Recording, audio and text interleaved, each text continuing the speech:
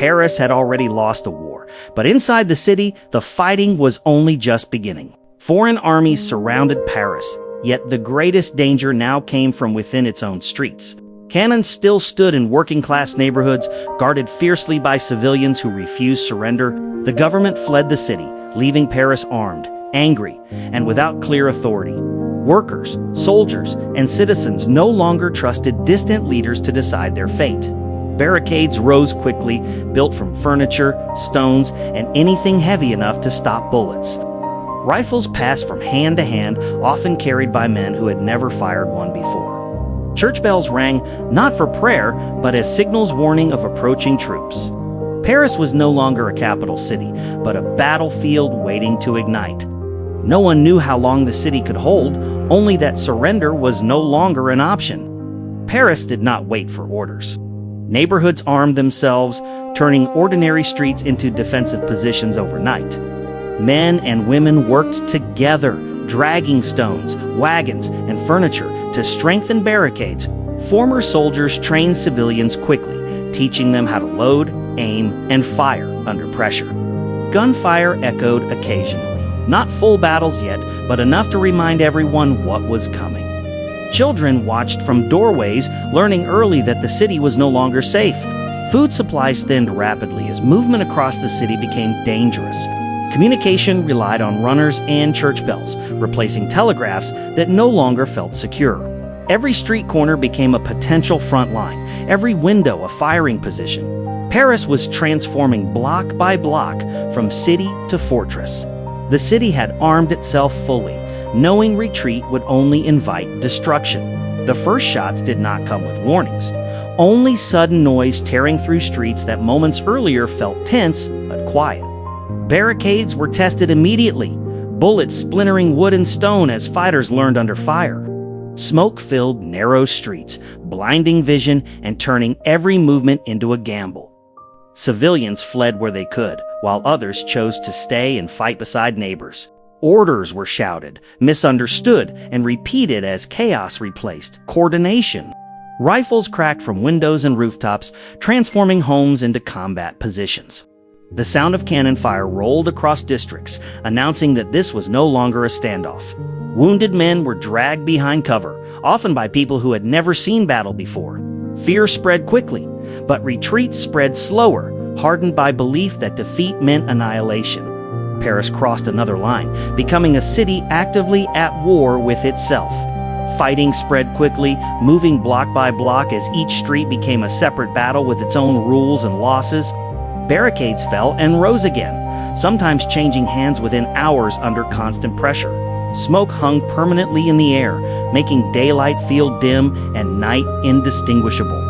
Commanders improvised constantly, using maps that became outdated faster than orders could travel. Civilians hid in basements, listening to footsteps and gunfire passed directly above them. Water, food, and ammunition ran low, turning logistics into as deadly a problem as bullets. Bodies lay uncollected in streets too dangerous to cross, marking territory with silent warnings. Snipers used rooftops and upper floors, forcing fighters to watch both ground and sky. Every advance demanded sacrifice, and every retreat felt like surrendering neighbors to death. Paris fractured into isolated pockets, each fighting as if the war depended solely on them. By this stage, nowhere in Paris felt safe, as shells and bullets ignored buildings once considered off. Homes became firing positions, hospitals turned into shelters, and churches echoed with wounded cries. Fires broke out uncontrollably, spreading through neighborhoods already torn apart by fighting. Civilians moved only when necessary, memorizing safe routes that changed daily. Medical supplies vanished quickly, forcing improvised care under constant threat. Children learned to distinguish weapon sounds, knowing which meant immediate danger. Night offered no relief, as darkness only hid movements and magnified fear. Entire blocks emptied as families fled or were trapped behind advancing lines. Survival replaced politics, leaving ideology behind in favor of staying alive. Paris no longer protected its people. It tested them relentlessly. Government forces entered Paris in force, advancing methodically with artillery support to crush resistance street by street. Barricades that once held now collapsed under sustained cannon fire. Defenders fought desperately, knowing retreat meant capture or death. Buildings were cleared room by room, turning apartments into lethal choke points. Civilians were caught between lines, struggling to escape advancing troops and collapsing defenses. Artillery pounded neighborhoods relentlessly, caring little for what stood in the way.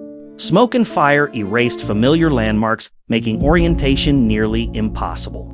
Prisoners were taken rapidly, often without time for explanation or mercy. Resistance weakened unevenly, collapsing in some areas while flaring violently in others. Paris was being taken back, not peacefully, but through overwhelming force. As organized resistance collapsed, violence intensified. Instead of easing, spreading across Paris with brutal efficiency, fighters attempting to surrender were often shot where they stood, without trials or questions. Prisoners were gathered quickly, marched away under armed guard, uncertain if they would survive the night. Execution sites appeared throughout the city, turning walls and courtyards into killing grounds. Smoke still rose from burning buildings as fighting ended unevenly across neighborhoods. Civilians hid indoors, listening to footsteps, screams, and gunshots echo through stairwells. Entire streets emptied, littered with debris, blood, and abandoned belongings. Order was restored publicly, but terror lingered privately in every household. Thousands were dead within days, leaving families searching silently for those who never returned. Paris had lost the war within itself, and the cost was measured in bodies, not victories. When the gunfire finally stopped, Paris stood intact in form, but deeply broken in spirit. Barricades lay shattered, marking where neighbors had fought neighbors only days earlier. Bodies were removed quietly, leaving stains and memories that could not be cleaned away. Survivors emerged cautiously, unsure whether danger had truly passed or merely changed shape. Arrests continued even after fighting ended, extending fear into the days of supposed peace.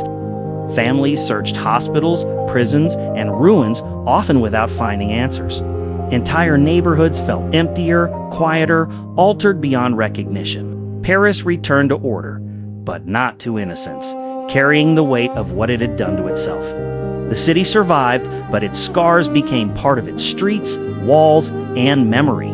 Paris would move forward, forever marked by the year it turned its guns inward.